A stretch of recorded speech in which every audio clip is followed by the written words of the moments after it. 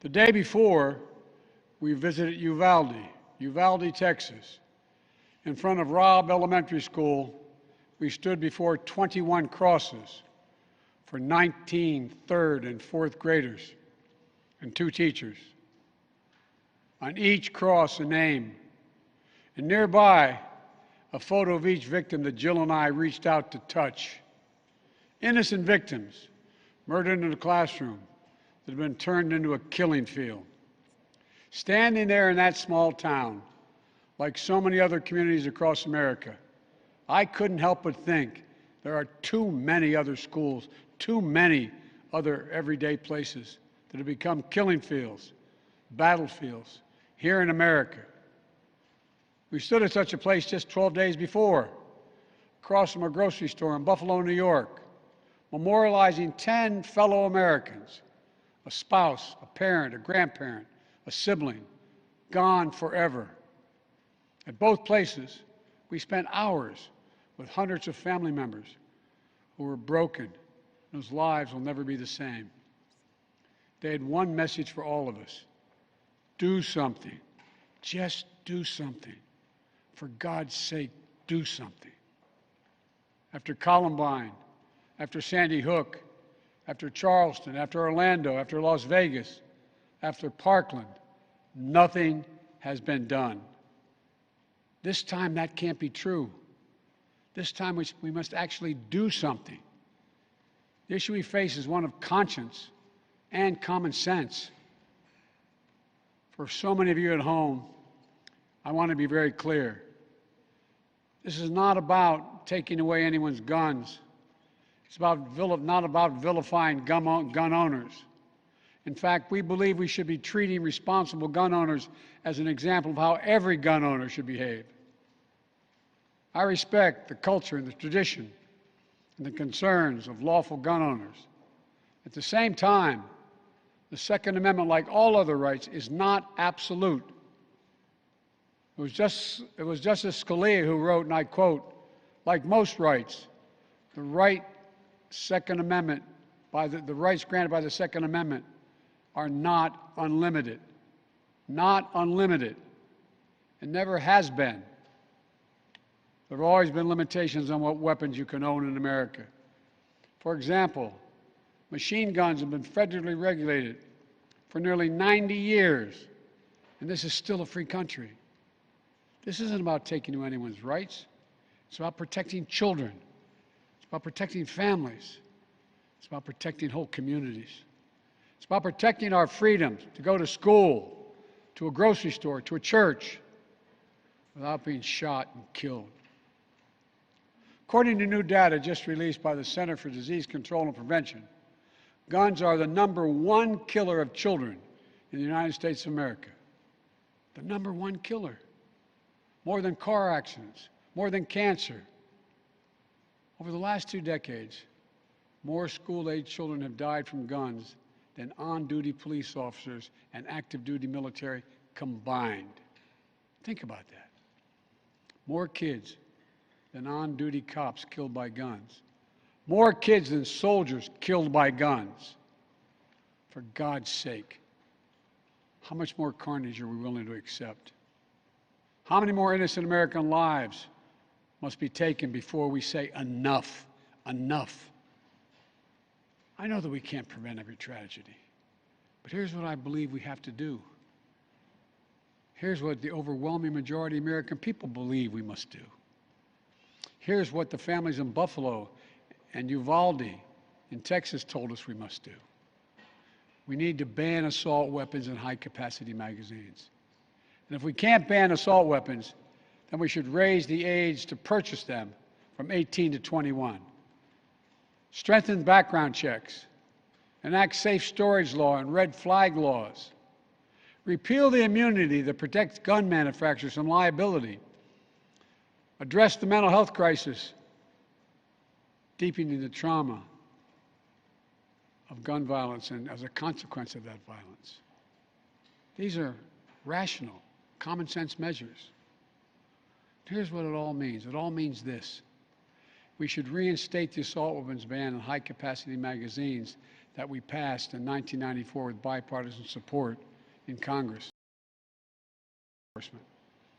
9 categories of semi-automatic weapons were included in that ban, like AK-47s and AR-15s. And in the 10 years it was law, mass shootings went down.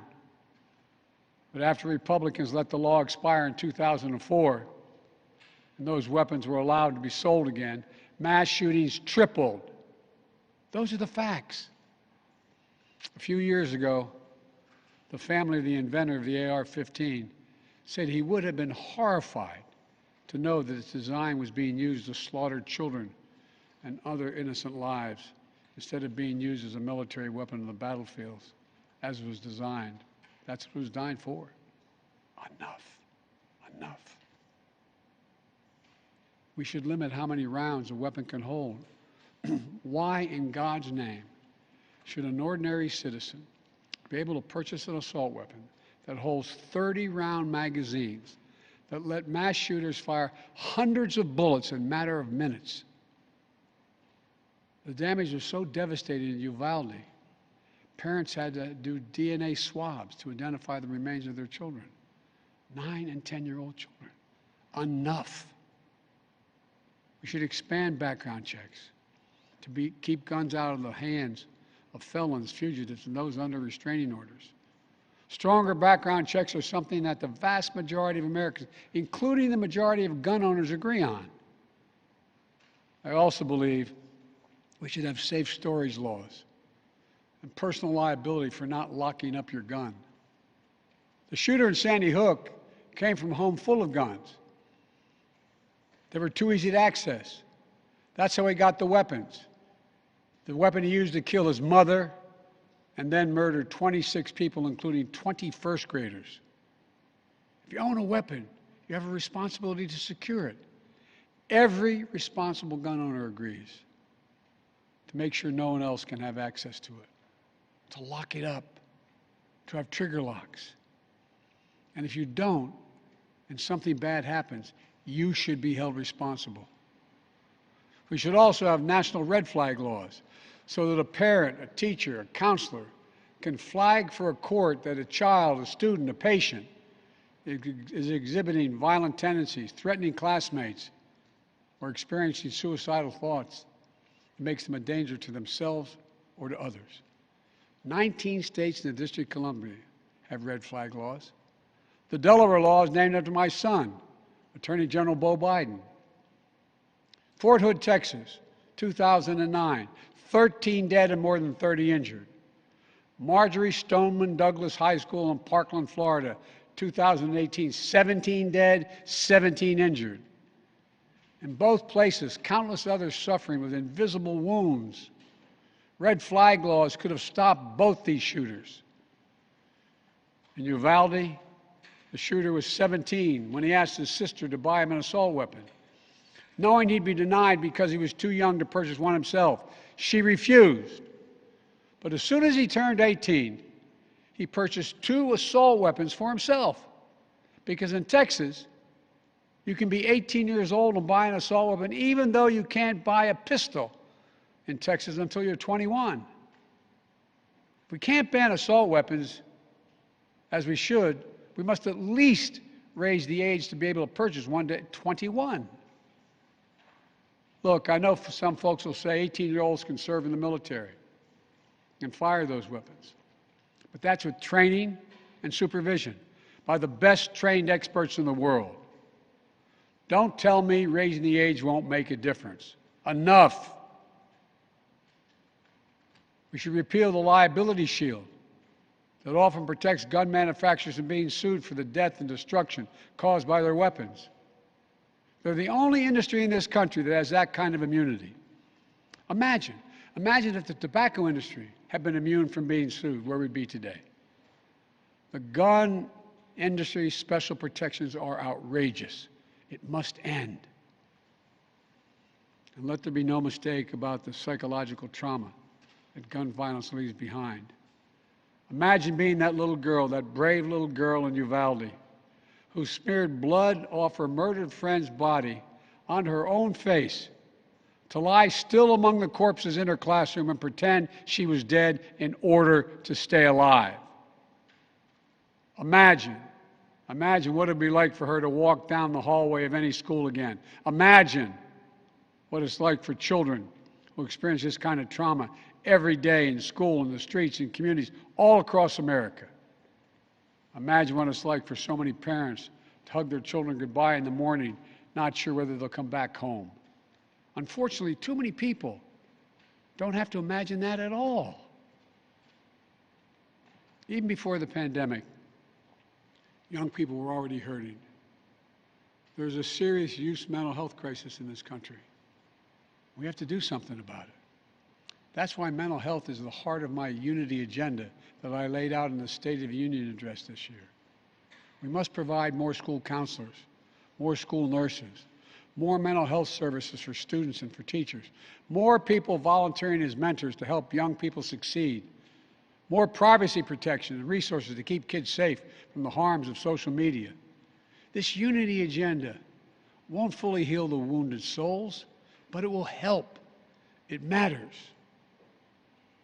I just told you what I'd do. The question now is, what will the Congress do?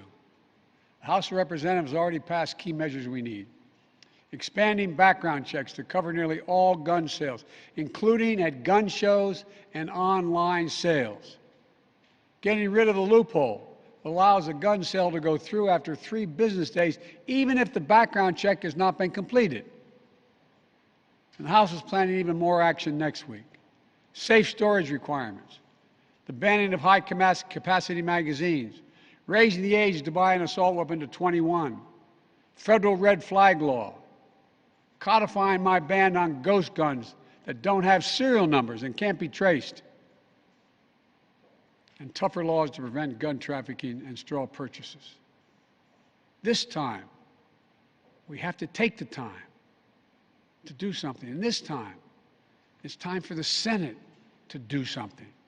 But as we know, in order to get anything done in the Senate, we need a minimum of 10 Republican senators.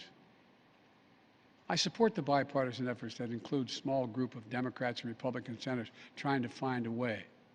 But my God, the fact that the majority of the Senate Republicans don't want any of these proposals even to be debated or come up for a vote, I find unconscionable. We can't fail the American people again. Since Uvalde, just over a week ago, there have been 20 other mass shootings in America, each with 4 or more people killed or injured, including yesterday at a hospital in Tulsa, Oklahoma. A shooter deliberately targeted a surgeon using an assault weapon he bought just a few hours before his rampage that left the surgeon, another doctor, a receptionist, and a patient dead and many more injured. That doesn't count the carnage we see every single day. It doesn't make the headlines. I've been in this fight for a long time. I know how hard it is, but I'll never give up. And if Congress fails, I believe this time a majority of the American people won't give up either. I believe the majority of you will act to turn your outrage into making this issue central to your vote. Enough, enough, enough. Over the next 17 days, the families in Uvalde will continue burying their dead. It will take that long in part because it's a town where everyone knows everyone. And day by day, they will honor each one they lost. Jill and I met with the owner and staff of the funeral home as being strong to take care of their own. And the people of Uvalde mourn as they do over the next 17 days. What will we be doing as a nation? Jill and I met with the sister of the teacher who was murdered and whose husband died of a heart attack 2 days later, leaving behind 4 beautiful orphan children, all now orphaned. The sister asked us, what could she say? What could she tell her nieces and nephews? It's the most heartbreaking moments that I can remember. All I could think to say was, I told her to hold them tight. Hold them tight. After visiting the school, we attended Mass at Sacred Heart Catholic Church with Father Eddie. In the pews, families and friends held each other tightly. As Archbishop Gustavo spoke, he asked the children in attendance to come up on the altar and sit in the altar with him as he spoke. There wasn't enough room, so Mom and her young son sat next to Jill and me in the first pew.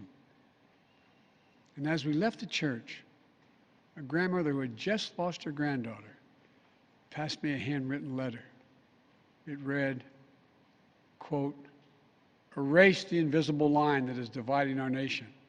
Come up with a solution and fix what's broken and make the changes that are necessary to prevent this from happening again." End of quote. My fellow Americans, enough.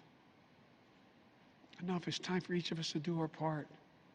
It's time to act for the children we've lost, for the children we can save, for the nation we love. Let's hear the call and the cry. Let's meet the moment. Let us finally do something. God bless the families who are hurting. God bless you all. From a hymn based on the 91st Psalm sung in my church. May he raise you up on eagle's wings and bear you on the breath of dawn, make you to shine like the sun and hold you in the palm of his hand. That's my prayer for all of you. God bless you.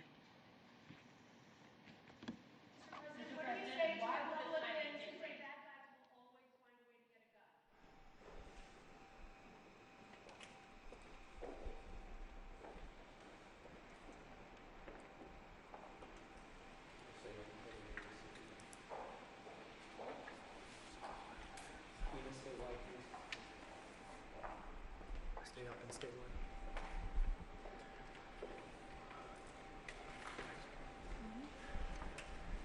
Is it clear?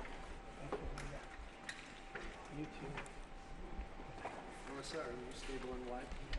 Yeah, I'm on